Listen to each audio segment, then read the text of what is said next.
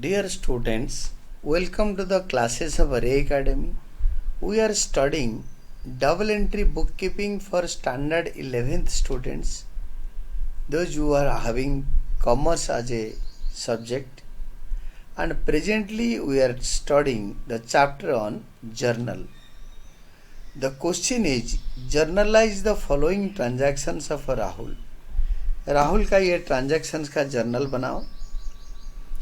तो इसमें जनवरी 1 है, तो हम लिखेंगे journal entries in the books of mister Rahul. Rahul के बुक में जर्नल बनाना है. तो यहाँ पे राहुल खाली राहुल लिखा है, तो यू कैन राइट डाउन खाली राहुल, या मैंने प्रीफिक्स ऐड कर दिया मिस्टर राहुल. देन इसका 5 कॉलम वाला फॉर्मेट आपको पता है. ईयर भी क्वेश्चन में दे रखा है, यहाँ पे ईयर लिखो. And January 1 Rahul started business with cash. Business का कैश भी बढ़ा और कैपिटल भी बढ़ा. तो increase in cash is debited, increase in asset is debited on January 1 lakh. Increase in capital is credited. ये मॉडर्न रूल के हिसाब से 1 लाख. नरेशन लिखेंगे being started business with cash. जनवरी 1 के बाद next comes your paid into bank. 2 तारीख जनवरी 2 तारीख को पेड इनटू बैंक. तो जनवरी 2 बैंक में पैसे जमा करा. Increase in asset is debited and decrease in asset यानी decrease in cash is credited. Cash increase होता है तो एसेट इंक्रीज हो गया डेबिटेड. कैश डिक्रीज होता है तो कैश इज क्रेडिटेड. नरेशन लिखेंगे being cash paid into bank. 2 तारीख के बाद 3 तारीख bot goods from Singh and company. Singh and company से गुड्स खरीदा. Bot goods from Singh and company January 3. Purchase debited. Increase expenditure is debited. Purchases account debited.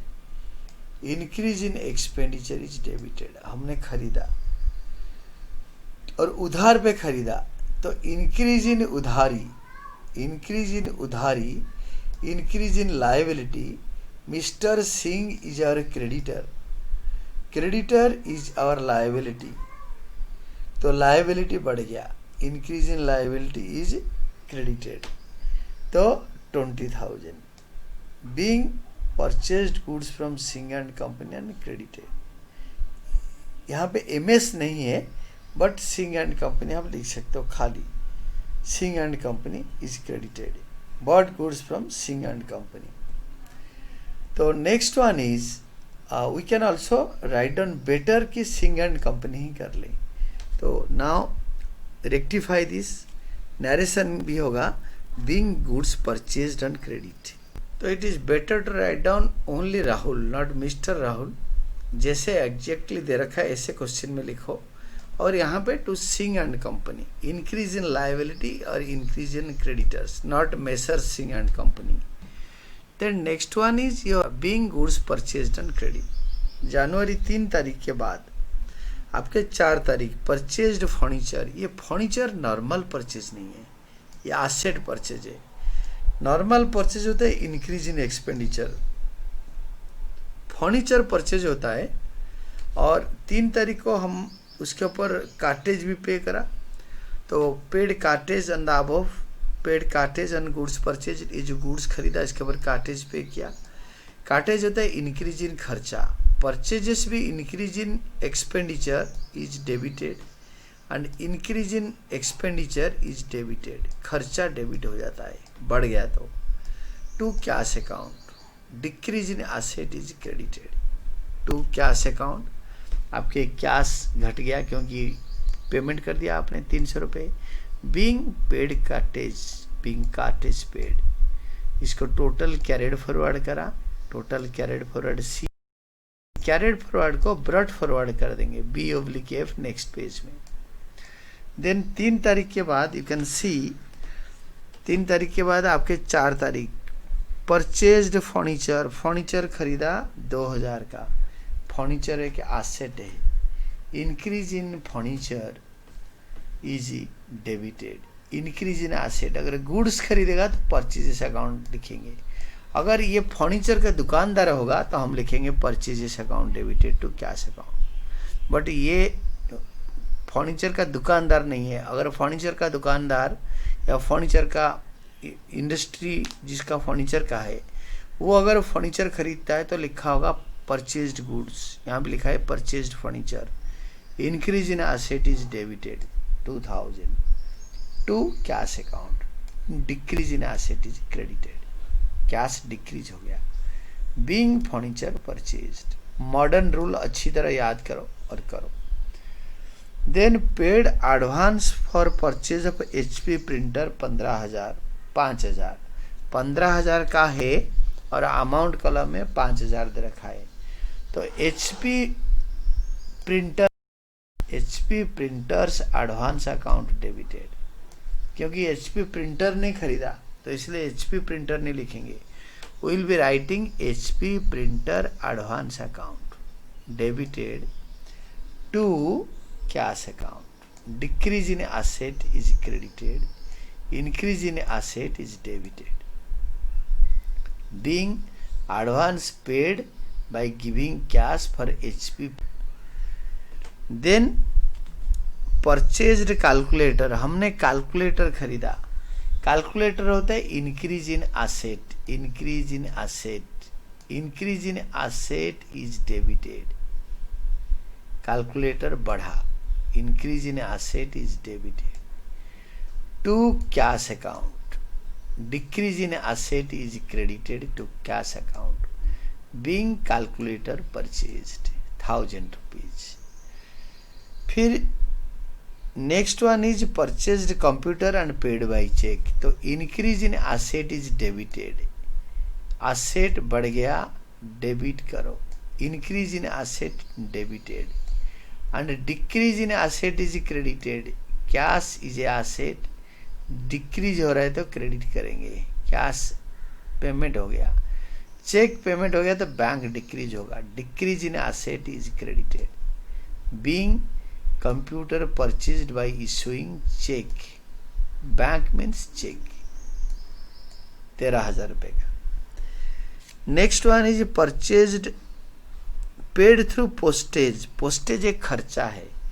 Increase in खर्चा is debited, you can say postage expenses account debited. और हर छोटे मोटे खर्चा के लिए एक अकाउंट बनाने का कभी कभी ठीक नहीं लगता कुछ अकाउंटेंट्स को, वो लिख देते हैं एक्सपेंसेस अकाउंट डेबिटेड। तो postage expenses account debited 150 to cash account. Decrease in asset is credited. जब एसेट डिक्रीज होता है तो हमेशा क्रेडिट होता है। कैश और बैंक दोनों एसेट होता है। Decrease in asset is credited. Being paid for postage expenses, total carry forward करो। ये टोटल को नेक्स्ट पेज में ब्रॉट फॉरवर्ड करो, total forward same amount. Then इसके साथ नेक्स्ट 8 तारीख को आपके sold goods for cash, cash बढ़ रहा है। Increase in asset is debited to account. Increase in revenue is credited, sales revenue होता है। Being sold goods for cash. Then 9 तारीख sold to Sharada and company. Sharada and company हम debtor हैं। Increase in debtor is debited. Sharada and is company is our debtor, जो उधार पे हमसे खरीदता है। Debtor is an asset, increase in asset is debited, तो इसीलिए डेबिट करा 10,000। And increase in revenue is credited to sales account. Increase in revenue is credited being sold goods on credit. 9 तारीख के बाद paid cartage on goods sold to Sharada and company. तो cartage एक खर्चा होता है, तो खर्चा अकाउंट डेबिटेड। इंक्रीज इन खर्चा, increase in expenditure debited to account. Decrease in asset is credited, cash चला गया, डिक्रीज हो गया 200 बीइंग कार्टेज। 9 तारीख के बाद अगेन 9 तारीख दो 9 तारीख का एंट्री था। 15 तारीख को pay to S Singh and company on account. On account मतलब पूरे हिसाब किताब पुख्ता नहीं हुआ, कंप्लीट नहीं हुआ, और भी पैसे देना है उनको। तो हमने एस सिंह एंड कंपनी को पेमेंट कर दिया 17,500। तो Singh and company paid to Singh and company 17,500। ये हमारे क्रेडिटर थे। Creditor was our liability. Decrease in liability is debited.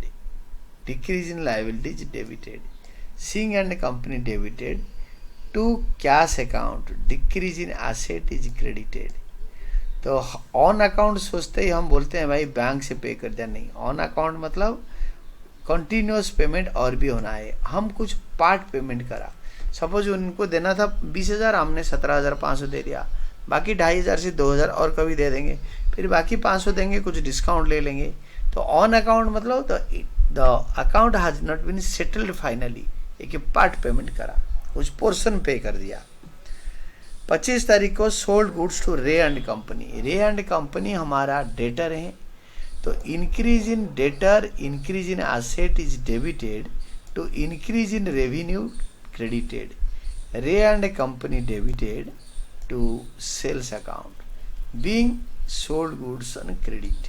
उधार पे बेचा, डेटर बढ़ गया, increase in debtor debited to sales, increase in revenue is credited. And my name is Ray, SK Ray, ये भी वही रे एंड कंपनी। तो देखो नेक्स्ट टोटल हो गया। टोटल कैरी फॉरवर्ड करेंगे, total carried forward, and then हम इसको सारे को टोटल कर दिया। We got this. Next page में will be making a brought forward. तो सेम चीज को इधर लिखा। Now see the next date is 27 तारीख। Received cheque from Sarda and company in settlement of amount due from them. Received cheque from Sarda and company, cheque लिया तो increase in asset is debited 9,750। In settlement उनका देखो ऊपर 10,000 का है। 10,000 का जब बेचा था 9 तारीख को, 9 तारीख को लिखा है, आप देखो sold goods to Sharada and company. तो शारदा एंड कंपनी को 10,000 का बेचा था और 9,750 लिया in full settlement. In full settlement मतलब account is there, discount allowed account debited 250। In settlement means his account is now settled, finally settled to Sarda and Company, 10,000 being received check in settlement and allowed him discount. in settlement मतलब पूरे पैसे दे दिया। 27 के बाद आपके आया 31 paid for electricity charges. Electricity charges हमने pay किया, तो इलेक्ट्रिसिटी चार्जेस हमारा खर्चा है।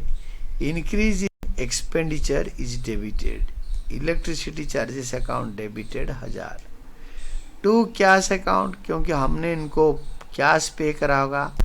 कैश एक एसेट है। Increase in decrease in asset is credited and increase in asset is debited being paid electricity charges. या इसको मिसलेनियस एक्सपेंडिचर भी कर सकते हैं, मिसलेनियस एक्सपेंसेस। 31 को paid salary to office staff. तो सैलरी एक खर्चा होता है, तो increase in debited according to modern rules to cash account. Decrease in asset is credited. Cash is an asset, decrease हो गया being salary paid. Next one है the last one, drew cash for personal use. Drawings एक capital का reverse होता है, घर ले गया खर्चा करने के लिए। Decrease in capital is debited. Decrease in capital को हम ड्राइंग्स बोलते हैं। Decrease in capital is drawings and drawings is a reverse of capital. तो डिक्रीज होता है तो डेबिट होता है। कैश ले गया तो टू कैश, चेक ले गया तो टू बैंक। यहाँ पे कैश ले गया तो to cash. Decrease in asset is credited being drew cash for private use. घर का खर्चा के लिए ले गया, ऑफिस यूज होता तो होता नहीं है। तो इसके बाद टोटल करेंगे जर्नल। अगर दोनों साइड टैली कर तो हमारा एरिथमेटिकल एक्यूरेसी इज देयर। और this is the easy explanation for your practical question and keep on studying। पढ़ते रहो भाई।